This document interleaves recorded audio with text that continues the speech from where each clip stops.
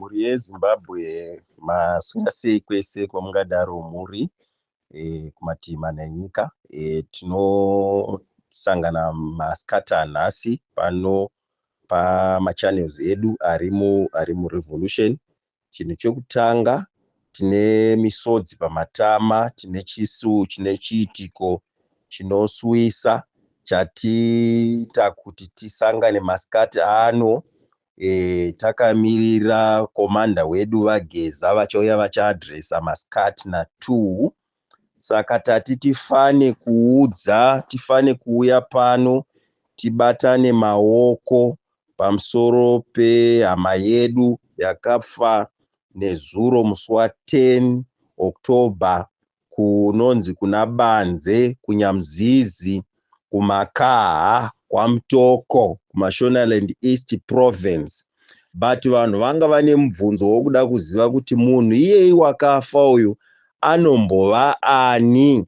Saka munhu uyu tatsvaga information yese. Zita rake anonzi Fungai Nhau, kana imwe senemi yokuti Karumbidza. Fungai Nhau Karumbidza, kana kuti baba vaIvhini.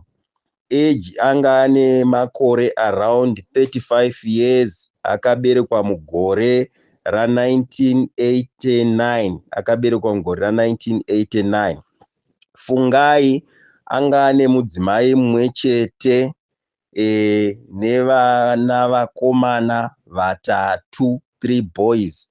Mukuru wacho akapedza kunyora grade 7 gore rino. Kutaura kuno kwatiri kuita, nyaya iyi yemutumbi wakatorwa neCID vakauendesa kumarondera. Ende iye zvino kutaura kuno kwatiri kuita, hama dzacho dzaenda kwaChief Nechombo kuti vaende vanoongorora kuti nyaya iyi yafamba sei. Vaende vanotongana ikoko. Fungai anga anogara mubhuku rinonzi rekwaChari kuChidye. Chidye it's part of Mutoko East constituency. Nyaya yatiunza pano, isu tinofarira kuzokota magwaro. Mukaverenga Romans chapter 12 verse 15 inoti farai nevanofara, chemai nevanochema. Verse 16 inoti iyo garai zvakanaka mumwe nomumwe, musazvikudza asi muve nechido chokufambidzana navanhu vapasi, musazviita vakachenjera. Hanzi chemai nevanochema. Tiri muRevolution, saka kana iri nguva yekuchema tinochema nevamwe, kana iri nguva yekufara tinofara nevamwe. Asi nhasi chatisvitsa pano masikati anhasi inyaya yekuti tarasikirwa nehama yedu vanova baba vemusha Fungai Nhau.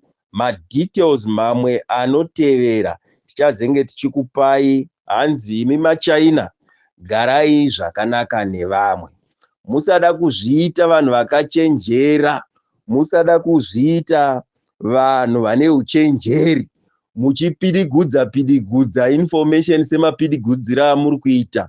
Ndinovimba kuti audio iyi munzeve dzaComrade komanda vedu baba Geza ichasvika munzeve dzavo. Ndinovimba kuti General Chiwenga, you are against corruption, you are against zvinhu zvakashata zviri kuitwa mukati menyika ino, kusanganisira even kune mamines iko kutakakunzwai musi uno muchitaura. Saka tati musati baba Geza vasati vauya kuzoadhiresa, vauye vatange vauya vanzwa information iyoyi izere. Takupai information izere. Tichange imi vanhu vari kuChidye kwaMutoko mubhuku rokwaChari, toda kuti kana makateerera, teereresai zvakanaka information. Tichange tichiramba tichida kuziva kuti chii chichaitika pamusoro pemukomana uyu, nokuti wafira kuda kuti ashandire mhuri yake, haana mhosva yaakapara. Saka tinotenda, ticharamba takateerera. Ngatimirirei na2 o'clock baba Geza pavachauya vachivaudza adhiresa nyika yese. Tinotenda muve nenguva yakanaka.